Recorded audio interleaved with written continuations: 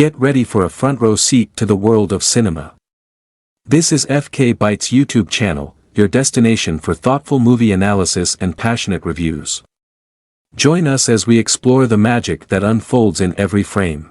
Today we are going to watch a video about Shame is a 2011 British erotic psychological drama film. Brandon Sullivan is a sex-addicted executive living in New York City. He frequently has sex with prostitutes, views pornography, and masturbates several times daily.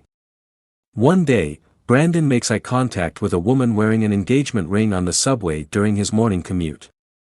She initially reciprocates but becomes uncomfortable. When they exit, she disappears into the crowd.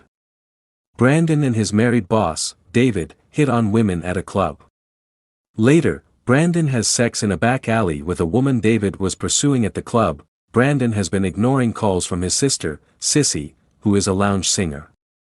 He arrives at his apartment and is startled to find her in his shower.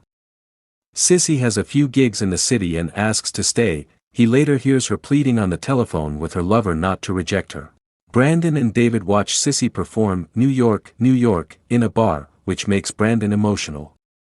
David flirts with Sissy and notices scars from self-inflicted wounds on her arms.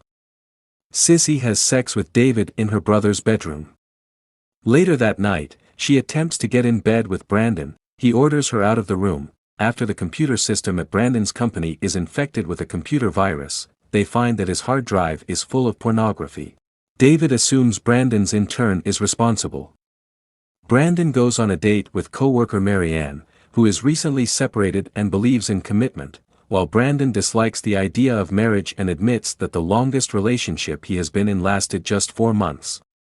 When they reach the subway, they go home separately. That night, Sissy discovers Brandon masturbating in his bathroom. He attacks her and accuses her of spying on him. She finds his laptop open on a pornographic webcam site. Brandon slams it shut, and a disturbed Sissy leaves. Brandon disposes of his pornography, sex toys, and laptop. In the office, he kisses Marianne and the two get a hotel room, but Brandon cannot get an erection. Marianne leaves. Later, Brandon has aggressive sex with a prostitute in the same room. Brandon tells Sissy that David has a family and asks her to leave.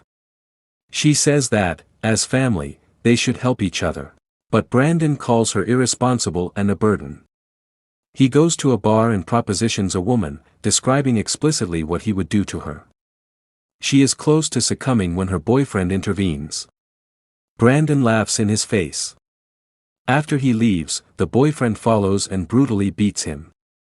When he is barred from another club, he goes to a nearby gay bar and is filleted by a man in a backroom. After leaving, he listens to a voicemail from Sissy, crying as she says that they are not bad people but just come from a bad place. Brandon has a threesome with prostitutes. While Brandon is riding the subway home, the passengers are asked to disembark due to a police emergency, implicitly a suicide. He frantically calls Sissy, but she does not answer.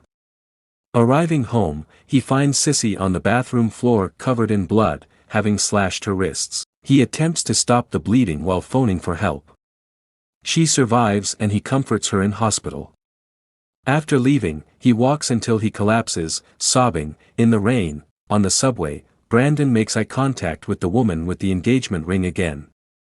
This time, she holds her stare at him and appears to be more comfortable with the situation. She stands up, ready to exit the train at an approaching station. Brandon does not take his eyes off her. Thank you for watching the full video. Join us for epic tales, intimate dramas, and thought-provoking masterpieces that resonate with our souls.